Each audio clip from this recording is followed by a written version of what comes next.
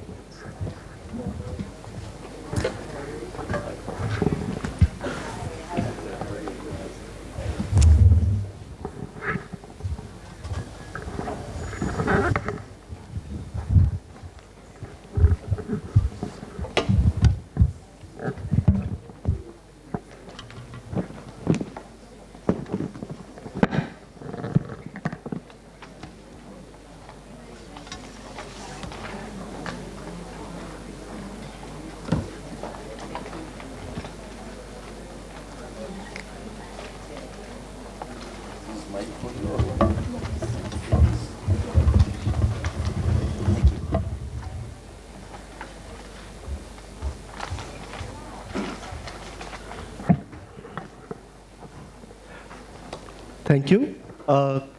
Quick round of introductions, though most people know all three of them. Dr. Ashwani Kumar spent three terms in Rajya Sabha, if I'm correct. He was also a Minister for Law and Justice, Minister of State for Parliamentary Affairs, both during the UPA 2 period. He is a senior advocate, and I understand that as a lawyer, he was one of the youngest persons to be appointed as the Additional Solicitor General of India. So thank you, Dr. Kumar, for taking the time out, coming here from your busy schedule. Dr. John Brittas is a sitting Rajya Sabha member since 2021. He is the Deputy Leader of CPIM in Rajya Sabha. And before that, he had, and I think he still continues to have, a career as a journalist. He has covered Parliament for over 3 decades, and he headed Kairali TV and Asianet Communications. Dr. Milan Vaishnav, an old friend, he is the senior fellow and he directs the South Asia program at Carnegie Endowment. He has a very interesting podcast, which I'll highly recommend, The Grand Tamasha. And his research is primarily on issues such as corruption and governance, state capacity, distributive policy, politics, and electoral behavior. Milan wrote a much acclaimed book, When Crime Pays, which is essentially about criminality and politics in India.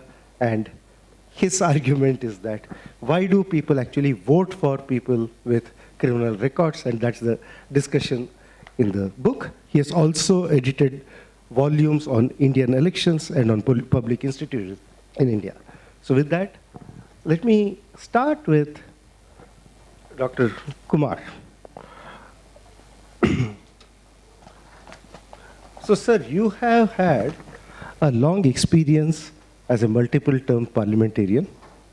So how, in your experience as an MP, how did the anti-defection law play out? Did you find it as a hindrance to your own work, or and how do you think various MPs manage the anti-defection law and their own personal preferences, and how do they balance their conscience with the party diktat? Several tough questions there, but I'll try to answer as briefly as I can. I have believed for a long time now, and I think empirical data since the enactment of the anti-defection law proves me right, that anti-defection law has miserably failed to serve its purpose. The purpose was laudable, but as we know, laws sometimes do not subserve the purpose for which they were intended, and this is a classic case with the anti-defection law. Instead, what it has done is that it has mauled the MPs, who are representatives of a large number of people, to be active agents in the deliberative processes of Parliament. which is what Parliament was meant for, to be a deliberative body on vital issues that confront the nation. Now, many times we saw that whips are issued by the party bosses for reasons that they may believe to be just, but which are incompatible with the convictions and conscience of individual legislators. The question therefore arises is, in such a scenario, will the fundamental freedoms of citizens, including those of the legislators, will prevail, or will the diktat of the party bosses prevail, particularly on vital issues that impinge upon the conscience of the people called upon to decide in a particular way?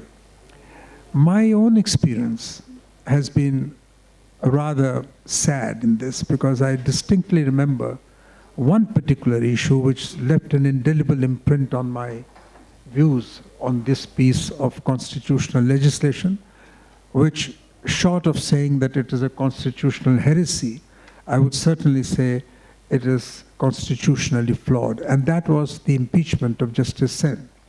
This was a motion that was brought before the Rajya Sabha when I was a member of the Rajya Sabha. Justice Sen was hauled into the box of the Rajya Sabha to defend himself against a decision that has already been cast in stone.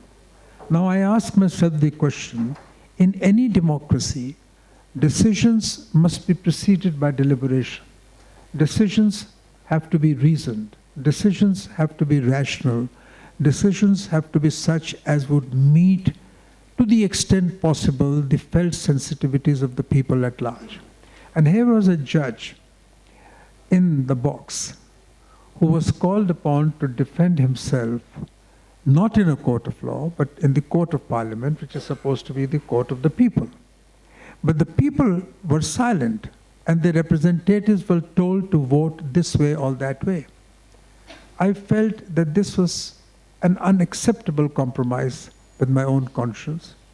And of course, I couldn't vote against the whip, but I found a way to abstain or not be present at that time. But fortunately, that the rigor of that, or the consequence of that decision, was not sort of imposed on me, because at the relevant time, Justice Sen chose to tender his resignation as a judge. But I still believe it was legislative murder in a manner that was inconsistent with the conscience of the Constitution. So to answer your question, the Anti-Defection Law is antithetical to democracy, irrespective of the laudable objectives it was originally intended to subserve. It is antithetical to democracy because it is antithetical to the equality of discourse, to the freedom of expression, to the right to voice one's conscientious dissent on an issue of vital importance, should the need arise. And if you do so, you suffer the consequence of losing the membership of the House, which nobody would want to do, because it takes forever and ever to reach there. So, because we talk of our Constitution as a living Constitution, which means that the Constitution and its processes have to be constantly reviewed, I think a time has come for us to reconsider whether this was the right law or not. And my philosophical objection on a much larger plane, and I'm not going to go into the nitty-gritty of the deficiencies of the law, of course there are many, but my fundamental objection is that it stifles our conscience, it stifles our freedom, it compromises our dignity, and it corrodes the institutions.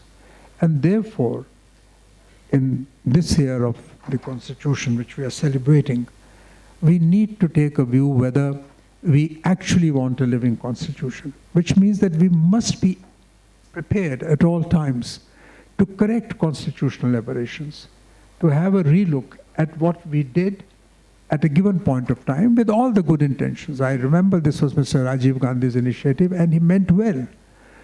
It came soon after his power brokers' speech in Bombay, which was a whiff of fresh air. And it was at that time felt to be necessary for the country. But the Constitutional Review Commission has established in 2022, which was established in 2022, itself said that within 17 years of the passing of the law, the number of anti-defections had in fact increased. And we have recently seen the role of the Speaker, who's never non-partisan. He was expected to be non-partisan. So therefore, all I have to say is that I recall W.H. Auden, his classic words, all I have is a voice to undo the folded lie. Now, if your voice is taken away from you, you cease to be a representative in the classic sense of Edmund Burke when he spoke to his electors in Bristol.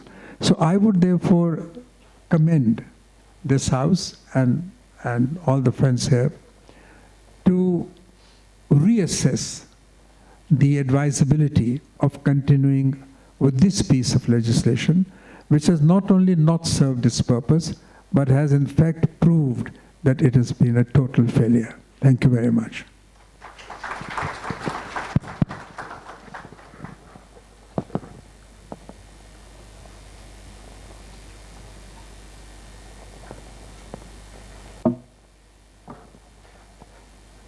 Thank you, sir. I'll just turn to Dr. John Brittas. So one of the things that we have observed, I mean, as you know, PRS watches Parliament closely, is that there is very little amount of defection which typically happens either to or from left parties. I mean, they seem relatively immune to defections compared to many other parties in India. What would you say is the reason for that? Thank you, Mr. Madhavan. Let me just take a slightly different proposition or position with regard to my senior colleague and legal luminary. I think anti-defection law, a piece of constitutional legislation, per se, it hasn't failed. We have failed the law, actually. The system has failed. And I think that the PRS picked me up as one of the panelists just because I have never defected. That could be one reason. So they searched for MPs who wouldn't have defected, and they couldn't zero down to many, so they picked me up. That's why I'm here now. Now, you talked about the left party where the defections are much lesser, obviously. I feel that what is a political party? The premise of a political party is conviction and commitment, which obviously forms an ideology. So whenever the participants of the political process loses this commitment and conviction, the ideology is lost. Once the ideology is lost, you are for sale. That is what is happening in Indian politics. But when I look at the history of, because I'm also a student of political science, see what was the extent of defections that were happening in Indian politics before this anti-defection law. Even that so-called IRM, GAIRM happened. In 1967, I think 36 governments were brought down. Mass defection, trading was happening there. So from 60s onwards, our political leading lights were deliberating on an anti-defection law. And only after Rajiv Gandhi came to power, Charso Par, that was the first Charso Par. I don't know, there is another Charso Par. So then only they could, succeed in bringing a legislation. So it was a constitutional piece of legislation. Having said that, let me just say that the judiciary has actually failed, because there was a case, litigation, in the Goa bench of the Bombay court, High Court. See, the original essence of that anti-defection law, which talked about the relevance of a political party, was ignored. I am referring to the paragraph 4, wherein it says that, see, 2/3 of members of the parliament or legislature if they concurs with the decision of the original political party. The original political party, which is supposed to be the structure of a, I would say, on which the legislative party remains, that was actually ignored. That was the real reason. I don't know why the Congress party didn't contest that in Supreme Court. Now, I do agree with Ashwani Kumarji that we need to have drastic changes in the anti-defection law. That doesn't mean that we need to do away with that. One thing which has happened to our anti-defection law is that instead of retail sale, it has become wholesale now. Instead of parliament, the chartered aircrafts and resorts have become the sanctum sanctorum of Indian democracy. So whenever there is a hung assembly there, you should look at the airport where there is a chartered aircraft and where are the MLAs are going to be parked, which resort. So these have become, the day-to-day affairs now. So when I say that if the participants of a political process loses their commitment and conviction, and a political party loses their ideology, and the rampant, I would say, scramble for post and power and spoils, that has throttled Indian democracy. And a lot of youngsters are here, and most of them are apolitical. I would urge upon these youngsters to join the political process. If you don't join the political process, what will happen? All the lemons would take position in political party. That is what is happening now. So I feel that we need to, we shouldn't be treating the symptom. We should look at the malaise actually, the real issue with that. The real issue is that the erosion of the values in the political parties. Political parties shedding their ideology and conviction for power and for money. This is what is the real issue. How are you going to tackle that? Just because you just do away with this anti-defection law, can you improve the political culture of this country? Absolutely no. So you need to treat the real reason for this erosion of the values instead of, harping on this anti-defection law. I still feel that we need to strengthen the anti-defection law. The para 4th of the anti-defection law need to be redrawn, and the political party should be brought in, because India has got a parliamentary system which is obviously over the multi-political party system. I do agree with him that it was in 1985 when this piece of legislation came, that was the first time when the political party was actually referred to. So we need to revitalize the importance of political party in this anti-defection law, and it shouldn't be left to the members of the parliament, to the legislative party. The original political party has to take a position or a call whenever they need to merge with a political party. This is my submission.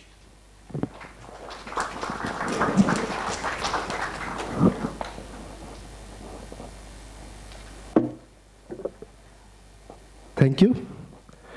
That's a very interesting way to look at it. And in fact, there's a recent judgment of the Supreme Court on the Maharashtra case, where they said it's the original party and not the legislature party, which brings its own complications. I'll just come to that. But before that, I'll just turn to Milan. So you have recently written a paper on anti-defection with Madhav Khosla. And you also looked at these institutions at state capacity, various public institutions for quite a while. This sort of, from what I understand, this sort of a provision does not exist in any of the mature democracies. We are an exception to that. And there is it's not very common, but it's not very uncommon for members of parties to vote across party lines in countries like the US and the UK. I was just looking up some data. So Donald Trump's second impeachment, just after his term ended, and about 10 Republicans in the House voted for his impeachment, and when it came to the Senate, 7 of them out of 7 Republicans voted for impeachment, but still the number was 57, so he escaped. but there was, and this would be possibly one of the highest stake votes, and they went across party lines. So how do parties manage party discipline, at the same time allow members their own conscience in these sort of matters? How does it work across the world? Yeah, thanks. Thank you, Madhavan, and thank you for having me. It's a pleasure to be with this distinguished group. Let me try to answer that in two parts, right? Because I think it's true that there are not many mature democracies which have had anti-defection provisions, but there are a few others that might shed some important light on the Indian situation. And then maybe I can say just a word about the ways that things work in places like the UK and the US. What's interesting is when you look at the comparative experience on trying to use law to enforce party unity, it almost never works, right? The track record on this across countries is not very good. Let me just pick two examples. One is Israel. Israel's attempt to try and regulate floor crossing started in 1991. You had a very unstable national unity government. There were a lot of shifting loyalties, which led to a push to have a law. The new law said that if you're a member of the Knesset, which is the Israeli parliament, if you left your party, but you didn't quit the House, you couldn't be included in the candidate list in the forthcoming election of any party that's represented currently in the legislature, but you could participate in elections if you joined or formed a different political party. In addition, anyone who defected couldn't be appointed as a cabinet minister or a deputy minister. And the idea here was to have some space for good faith disagreements, right? That to strike some kind of balance between legislator agency and government stability. Now, what's interesting is, because it's up to Parliament essentially to regulate this, when it proved politically expedient or opportunistic to do so, they kept updating the laws to suit the political circumstance of the time. So in 1994, there was an amendment that said any member who splits from their party, who sets up a new party, well, actually they can join the cabinet. So they got rid of that ban. 10 years later, they said, well, if a single member of a defecting group breaks away, they won't be penalized if they disagree with the merger of their existing party. More recently, in 2021, they lowered the threshold of members it would take to leave their party without incurring penalties, right? So whenever political circumstances dictated, the government or Parliament repeatedly amended the law to further its own machinations. Let me give you another example from South Africa. South Africa, as part of the post-apartheid constitution, also prohibited floor crossing. It was something which was in the transitional constitution and then became part of the regular constitution. 6 years after the constitution was promulgated in 2002, the South African Parliament actually passed legislation authorizing defections. And the backdrop there was the African National Congress's desire to consolidate its position. It was worried about political parties joining forces in opposition to its rule, and it decided to create the possibility of defections in order to consolidate its own power by poaching other legislators. So Parliament allowed defections by essentially creating two 15-day windows per elected term when representatives could switch parties. But defections were only allowed if they included a minimum of 10% of a party, which meant it allowed them to poach smaller parties, right? The ANC being a big party, you would never get 10% defections, so they were sort of immune. Many years later, in 2008, having essentially fulfilled its task of consolidating its power, they convinced Parliament to go back and prohibit defections again, right? They'd already achieved their goal, which was to lock in their position. So Parliament then undid what it's done. There are numerous other examples that I won't bore you with the details, but the idea that I want to leave you with is that, in country after country that has tried this, there have been clever ways, either by Parliament or the courts, essentially to circumvent defection, the legislation. So you asked, Madhavan, about how this works in other places, and I think the United Kingdom actually has an interesting informal, norm-based system of trying to regulate party discipline. So they have party whips, right, who are MPs, whose jobs it is to round up votes. And these whips occasionally issue whips, which is, a direction for how members should vote on a particular piece of legislation or some kind of initiative in Parliament. But they have a sliding scale of severity, right? Going from you can vote your conscience, but we want you to show up, to you absolutely must vote in our party's favor. But not all votes have whips, right? So they try to balance that with having some number of free votes. And so the idea here is that you need to be able to put up with certain amount of party disunity and vocal backbenchers, right? That's become a sort of informal norm of the UK system. Now, if an MP does disobey the whip, they can be penalized, but they can't be disqualified from the House, right? Typically, they're denied a promotion. They may be expelled from their parliamentary party. They can be rehabilitated later. And so they try to do this without actually passing legislation. In the US, and I'll just end there, I think one interesting thing there is that, the committee system in the US is very strong.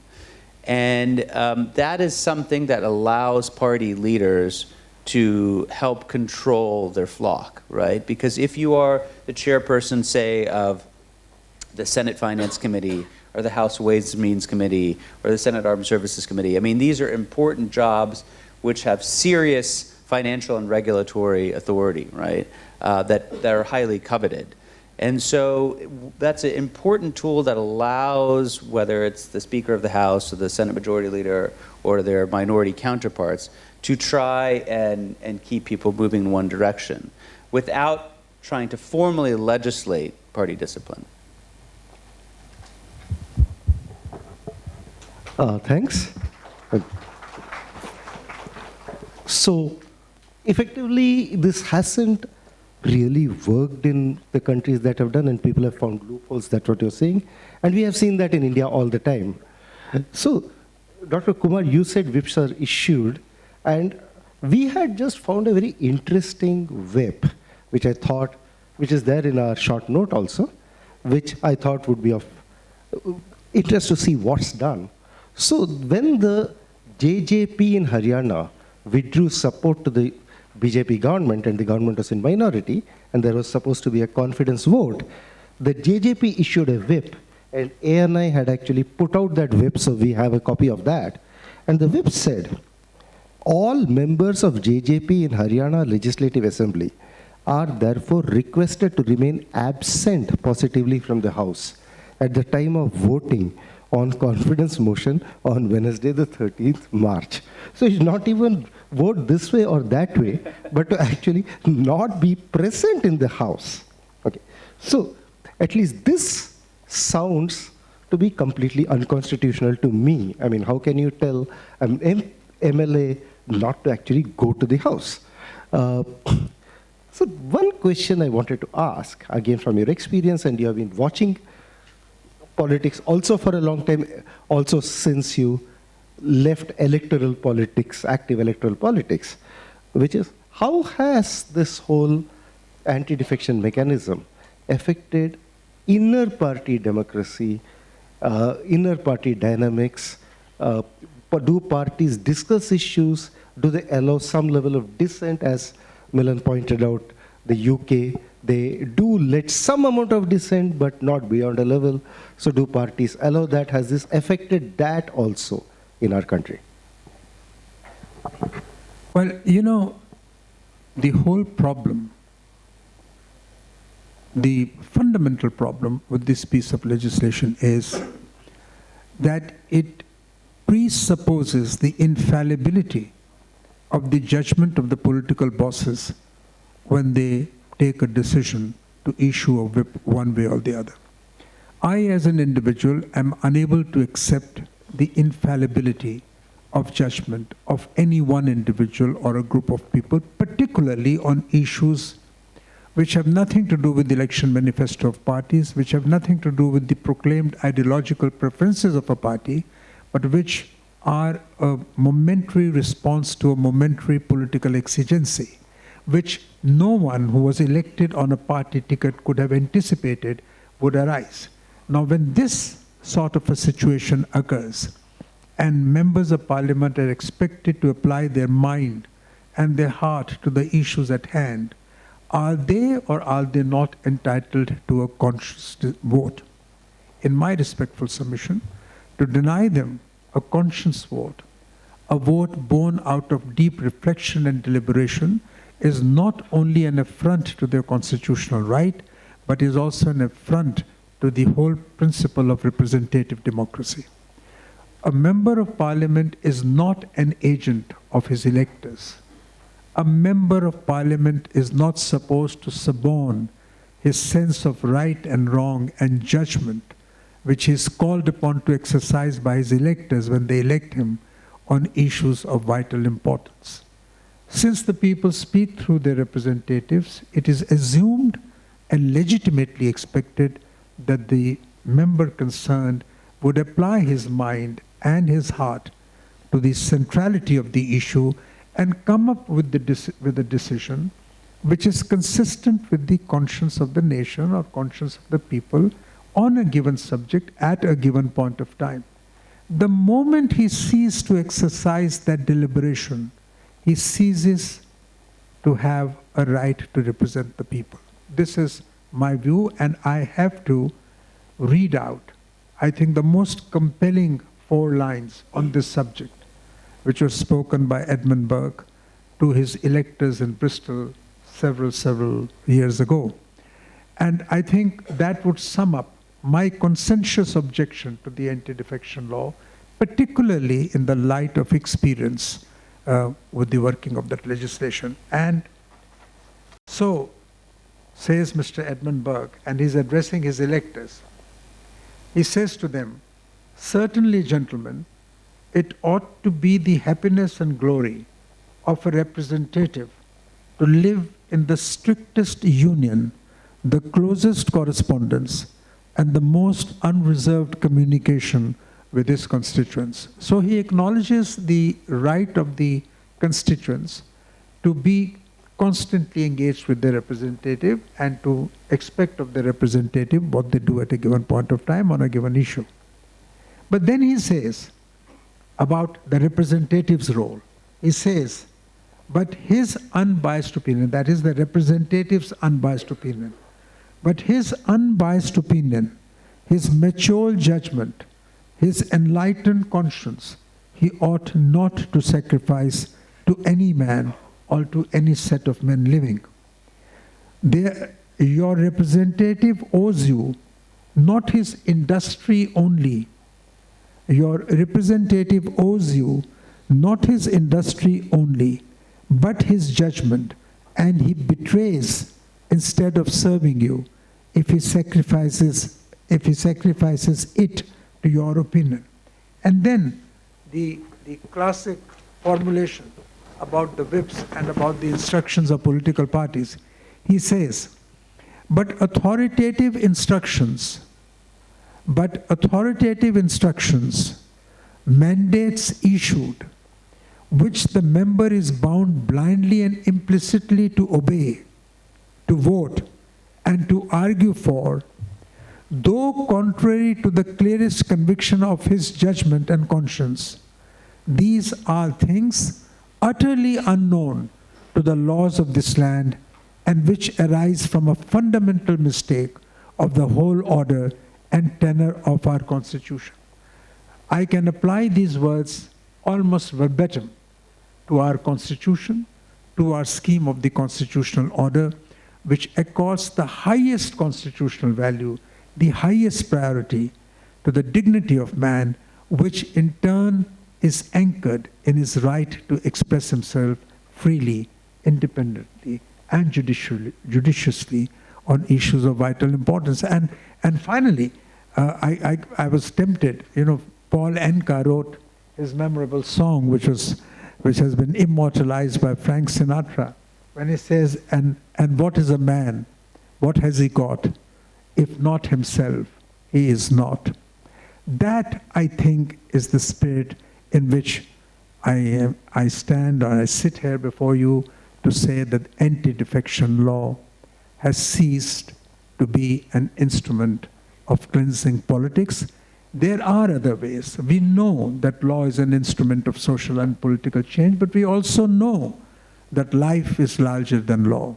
And the political ground realities of our democracy are such that you cannot control defections only by law, and you cannot put the blame either on the speaker or on the judiciary or on the MPs or on the politics alone. I think there's an integrality in the entire system. And if the system has failed us, how do we expect a piece of legislation conceptualized by the same system to address the malaise of that system? You need a fundamental political change in the consciousness of the people that does not come with the stifling of their right to dissent or right to expression. It comes with promoting in a much stronger manner their right to say what they feel is just and right, and let the nation take its call.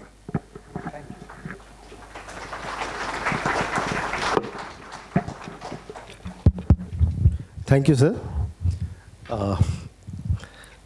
Burke's speech is possibly one of the most famous ones, but the delicious irony in that speech that I have found is he spoke to the electors and he lost his next elections. So he paid the price for his conviction. Yes, he had the courage to do that.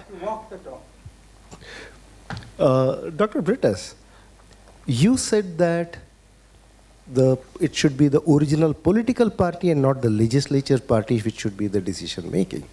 How is that actually in practice implemented?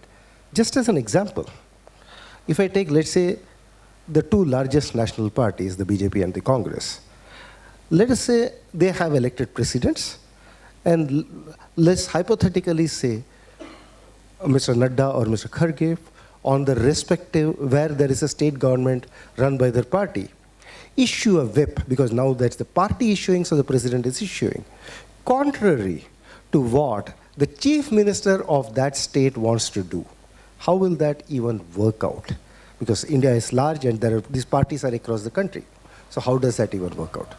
Mr. Madhavan, first of all, I think it won't be prudent to segregate the member of parliament from his parent political party. Let us understand how is one fielded for the elections. I naturally represent my political party, and I fight on the basis of the program and policies of my political party. So there is a dominant overtone of my political party and its programs that's being challenged or that is being debated during the elections. After the elections, I come to the parliament and I am being traded. Is that possible? That's one question. Now, second thing is that I'm not saying that whip per se could be justified. There is a verdict, I think Ashwani Kumarji must be knowing that, Quixote-Holohan judgment, which went in depth into this anti-defection law. Even the judgment, I think the political parties should have carried that and should have done some reforms to that. That judgment talks about a flexible whip. Except those, crucial legislations where the policy of a political party is involved. In all other matters, the members should be left to take a independent view. That was the sum and substance of that judgment. We haven't followed upon Quixote-Holohan. Having said that, see, I think last 7-8 years, we could see 7-8 governments being formed on basically defections only, from Karnataka to Northeast. Mass defections have been done on that. But suppose you unleash complete independence to the members of parliament or legislative members, what could be that? Will it usher in a democracy which we envisage? And I think overall the system has eroded. Let us talk about the parliamentary, system that is now. I know I am little envious about Ashwani Kumarji because he was one of the effective parliamentarians who enjoyed the so-called accountability of executive using the parliament. Now I don't see that so-called accountability of the executive being ensured by the parliament. And we had committee system, robust standing committees. Do you have that such debates and discourses that was envisaged when these committees were formed now? We don't even discuss about anything on the floor of the House. So overall, there is a degradation that has happened, erosion that has happened, that will obviously affect everything. Now, judiciary. See, judiciary also, now, when we talk about judiciary, has it in any way helped us to, keep the political culture of this country? Ashwani Kumarji, will you agree with me? It has failed, miserably failed. Let us discuss about that defection case, Shiva Sena defection case that came to Supreme Court. Now halfway the Supreme Court left it. The decision of the Election Commission that was on the simple case, but there was a constitutional case there. The simple case actually superseded the constitutional case that was in the Supreme Court. So all these institutions have failed us, or rather failing us. In this context, if you say that this law has become redundant, I think, we should go a little beyond that. What has actually happened to Indian politics? That is what we should say. Now, I would say people should understand the IRM, GIRM is something which is a blot on Indian democracy, but nobody talks about Winston Churchill who switched his loyalty thrice. The so-called Gayalal only did, switching his loyalty thrice a week. That is essentially been done by Winston Churchill, but everybody talks so high about Winston Churchill. So it's not that, the political parties are sacrosanct enough that they will not indulge in that. Let me just tell you what is happening in this country. We know that where is power and money involved. Anybody who can see through the gate. Let us anatomically, look at the formation of different governments in different states. Anybody, even a common man, will understand that this has happened because of money and power. Nobody can, discard that. But there are instances when political parties, irrespective of their ideological differences, have lent their support to another political party to form the government. Ashwani Kumarji, you are a beneficiary of that. My political party lent support to you without even taking a gas connection from you. Am I not correct? There was instance like that. So, but what I am saying that the political parties need to be mature enough to understand that. And whip thing, I obviously go with Ashwani Kumarji that, see, we need, even otherwise, there are 3-line whip now. So, even abstaining oneself from the parliament or the legislature itself is a whip. I understand that because many a time the union governments have actually, won the no confidence motion because a particular political party or a couple of political parties abstained from voting. So what I am trying to say is that instead of treating the symptom, instead of understanding the real reason behind this, if you just peripherally go to a particular law, it won't help you. I obviously say that there has been erosion of institutions. Now, he rightly said that the institution of speaker. Do we have the speakers which we had earlier now? Now, what are the type of speakers we have currently in parliament and in legislatures? They always go by the dictum of their party only, the dictates of their party only. So, overall, there is an erosion that has happened that is reflecting. Now, earlier, if somebody, a turncoat, would be looked down by the people. Does it happen now? Now the turncoat is being looked up now. I remember that at least 830 turncoats were given tickets by the BJP. And around 45 to 50% of the people won the elections. But few years back, or 10, 15, 20 years back, a turncoat was actually debated by the community of the society. Why did he leave the party? Was there a pertinent reason for him to leave the political party? Was it, that he took the money, or was he after position? That was debated. Nowadays, it is not being debated at all. Maybe it is a additional qualification for him that he is so flexible that he can switch his loyalty. So this is how the Indian politics have been reached. That level of, I would say, political expediency, where the money power and the muscle power and the spoil system, that's actually spoiled system. That's all what I have to say. Say something. Can I make just a quick comment? You see, what has been touched by Mr. Brittas is very obvious. Implicit in his exposition is a candid and right admission that political parties themselves have gone wrong. Could you imagine Congress Party and Shiv Sena in bed together a couple of years ago? Could you imagine CPIM and Congress to be together a couple of years ago? No. So to legislatively impose a concept or legislative idealism over the political realities of the country is not going to take us any further. In such a situation, law will not become an effective instrument of change. So political morality, in terms of the Anti-Defection Law, has to be assessed in the context of the realities of the politics in action, the political parties' actions which determine the democratic politics in our country.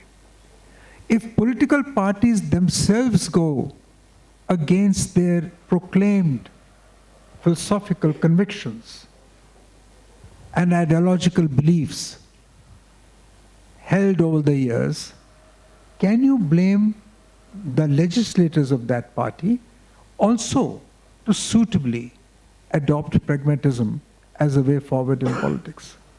As you rightly said, so many defectors have got elected. Why? Money and power and muscle power, besides the point. They won because at a given point of time, they correctly assessed which way the political winds were flowing. They had the good sense and judgment to identify themselves with the sensitivities of the people on various matters at a given point of time. So politics in that country, that way, in our country, is dynamic. It is not static, because the political ground realities are evolving almost on a daily basis from state to state. The issues are different. There's no one formula that fits all. So therefore, to define political morality in the framework of a well-intentioned legislative measure is clearly not the right way forward, for the simple reason that the political morality may not be in sync with the legislative morality at a given point of time. In which case, you have to find a way to synchronize the law and politics of the country. The Constitution is an answer. The Constitution that is not meant for the transient issues of the day, but meant for years and years to come ahead, and that is why we are proud to have what we call as a living constitution. We have to synchronize our politics with the constitutional temper. Democracy, particularly constitutional democracy, which is not, ours is not a majoritarian democracy, ours is a constitutional democracy. So we like to believe, although we are moving rapidly towards majoritarian democracy, which is fearful. Which I'm afraid, and I have my reservations. And yet, the dilemma is, Constitution itself envisages democracy as the rule of the majority. So if the majority turns one way, and the ideological preferences of very well-meaning people like my colleagues here on the dais is on the other side, which will prevail is another question for another session. Mr. Madhavan, let me just put the record straight, because I don't think wrong information need to go. Ashwani Kumarji is forgetting the fact that he said that how can you envisage left parties to be with Congress now? Could you think about it a few years back? That was what Ashwani Kumarji said. Are you forgetting the fact that you were a minister when we lend the support. 2 decades, I'm telling you, 2004. No, I'm telling you, we fought the Congress in Kerala, West Bengal. We got 63 MPs. When we came to Delhi, on the conviction of keeping away BJP, we wholeheartedly supported Congress. We did it 20 years back. But nobody accused us that was for money or power. That was conviction. I say political party should take a decision on the basis of its commitment or conviction. And one more point which I need to add is that when I talk about political culture, Mr. Madhavan, think about the election expenditure. If you need to fight an election in Telangana, one candidate itself need to put in something like 200 crores. 200 crores, unbelievable. But if you come to Kerala, the 200 crores becomes, say, 3 or 4 crores. The political culture of Kerala is entirely different from the political culture of a different state. Mr. Madhavan is no longer a Malayali, he has left Kerala long back. So he can't claim what we are now. And you don't see these sort of turncoats in Kerala. The culture is entirely different. So I feel that the premise of having robust institution rests on a political culture. That is what is missing in our country. That is what is eroding in our country. Did your party treat Somnath Chatterjee well? You talked about the speakers. One of the most outstanding speakers was Somnath Chatterjee. Did your party treat him well? I lost the mic. I mean, Madhavan, one way of reframing this discussion in a slightly more sort of provocative way, maybe building on what Dr. Brittas has said, is that, this may be a country where there's a certain degree of political polarization. And according to some measures, you could say there's increased social polarization. But maybe there's actually not as much ideological polarization as we might think, right? You mentioned this idea of party switching between the BJP and the Congress, right? So I just did some back of the envelope numbers. So if you look at assembly elections between 1984 and 2023, there were 616 candidates who switched affiliation from the BJP to the Congress or the Congress to the BJP. And these are just people who stood for elections, not counting people who may have just switched as party leaders. In the same period, if you look at national elections, 86 instances of Lok Sabha candidates switching between the two, right? And these are supposedly the two most ideologically opposed political parties, right? And so, not to put words in your mouth, but what I hear you saying is the problem is that there's not enough ideological separation between parties. And if you actually had programmatic political parties which had firm convictions, the defection problem essentially resolves itself without needing any external impetus of law.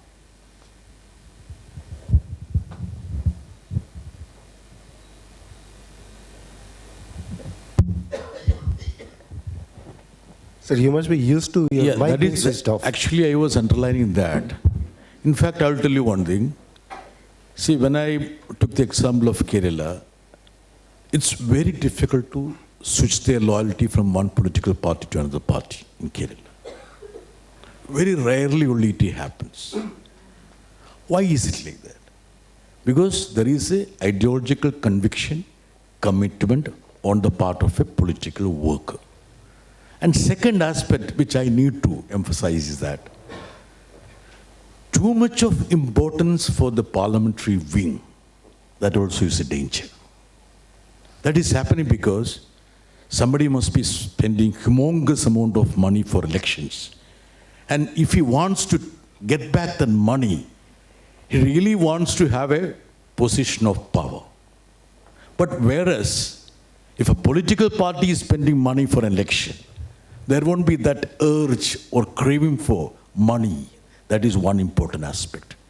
So I feel that we need to strengthen the political parties. Essentially, the parliamentary system which we have the envisaged or the constitution has envisaged is a system based on our political parties, multi-political parties.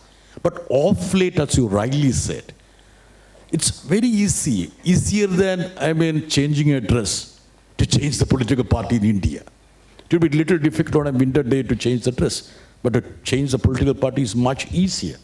Just look at the profile of BJP MPs. 48% of those people who are sitting in parliament were either part of the Congress or some other political party. Could you have thought about such a situation, say, 20 years back? Even about BJP wouldn't have, thought about that. So I feel that the erosion of political conviction on the part of the participants of the political process have actually failed this anti-defection law. And I fully agree with Ashwani Kumarji that, when everything is in mayhem, can a law protect us? Absolutely no, that's a ridiculous proposition. When everything is on the move, turmoil, just because you have constitution in your hand, will this country be protected? Absolutely no. So I feel that we need to look at these issues on the premise and basis of the prevailing political culture we have, the structure of the political party, and of course, even those elections, how we conduct the elections, how we participate in the elections. And the media also, let me just tell you about that. See, one example, I think a couple of my media friends are here.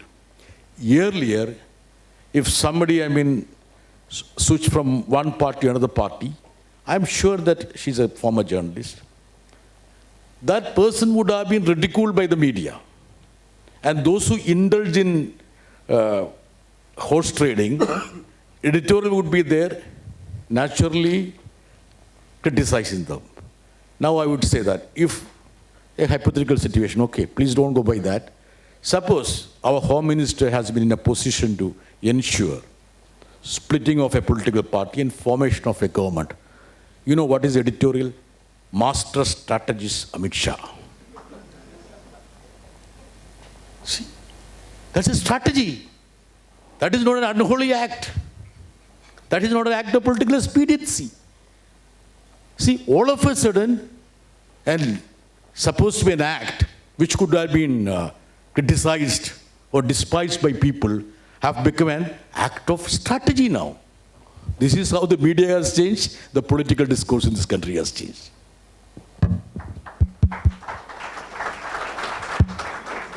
So there seems to be consensus among the panelists on at least one thing, which You are trying for a consensus now? No, at least let's find a common thread, which is that it's more of a political culture and parties having clearly defined ideologies. The lack of that, which makes it much easier for people to jump around from one party to another and for them not being held accountable.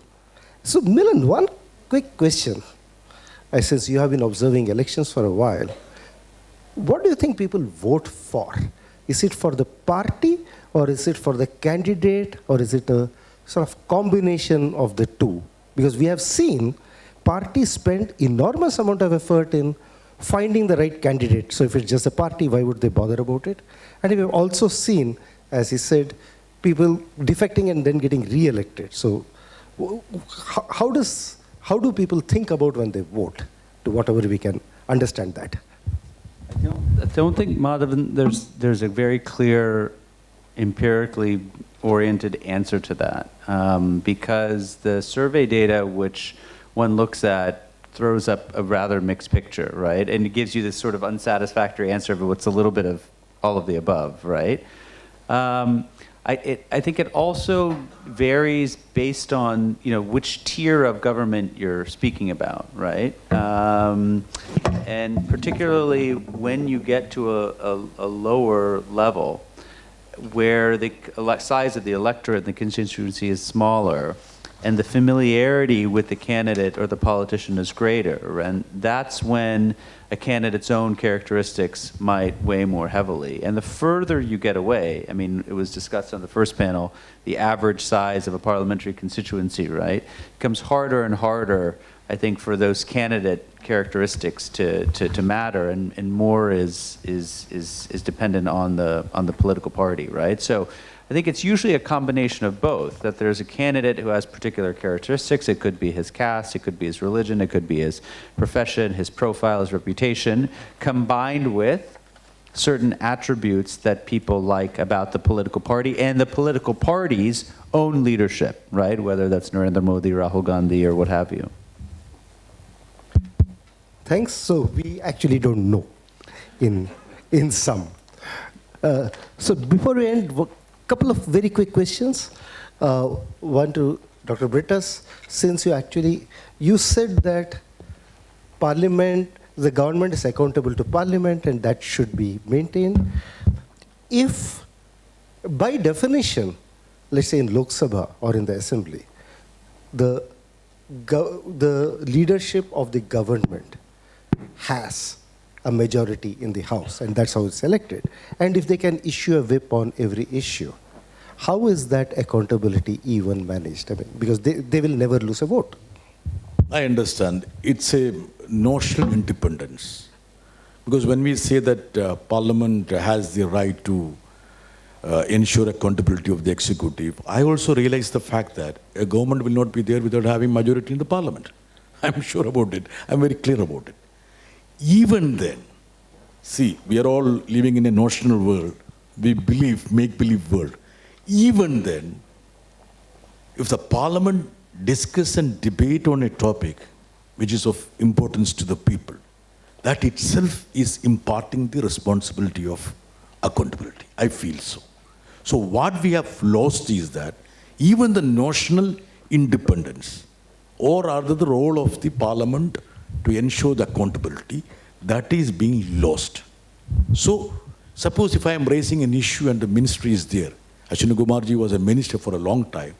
See, the very purpose of raising a question is to ensure that he thinks about it.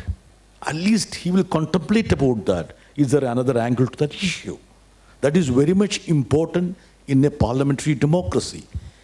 That itself is not happening. That is what I am trying to see. Thanks. This actually brings to mind an anecdote. There was a member of parliament from your state, Mr. Varkala Radhakrishnan, and I remember a bill which was amending the Contempt of Courts Act. And this was during UPA 1, so the left parties were supporting the government, and there's a whip to support the bill. And Mr. Radhakrishnan did not like the provisions of the bill. So his speech is brilliant. It's just a short speech. He stands up and says, "Sir, I rise to support the bill." 8 minutes, he demolishes the bill. He criticizes it. And then he says, "Therefore, sir, I support the bill." So just wanted to point that out. See, Mr. Madhavan, how much of flexibility our party has given to an MP like that. Dr. Kumar, any last words? Well, I certainly want to say that, a time has come when we must value the primacy of principles over party reasons. And the principles that we must value are the principles enshrined in our Constitution. Parliament itself is a creature of the Constitution. We are a constitutional democracy, which means that all the three organs of the Indian state must conform to the discipline of the Constitution. And above the Constitution are these sovereign sensitivities of a sovereign people, to which the discipline of the Constitution must conform. And therefore, if political parties have to play a role, they are the only vehicles in a democracy which must go to the people and change the political consciousness of the people. The answer is not in the written word of the law. The answer is what is imprinted indelibly on the political and moral consciousness of the nation. And I would like to end by saying this, that the process of justice, I think it was Benjamin Cardozo who said, a great American judge, the process of justice is never finished. It reproduces itself generation after generation. And therefore, in that spirit, let us not shy away from admitting that this adventure or this experiment with anti-defection law has failed. And therefore, there must be something more and something better that we can do. And to answer your question that you put to Milan, what is it that people vote for? In my view, I may be right, I may be wrong, people vote for inspirational leadership. People vote for transformational leadership. And people vote for hope in their future. People are expected to give hope to the people in their future. And the person giving hope must have the credibility so inspiring that people believe him. That's the moral of the story. Thank you, sir, and what better way to end the session. So thanks a lot, Dr. Ashwani Kumar, Dr. John Brittas, Dr. Milan Vaishnav. Thank you very much. A quick announcement, we'll have a short tea break. We'll be back here at noon. Thank you, sir.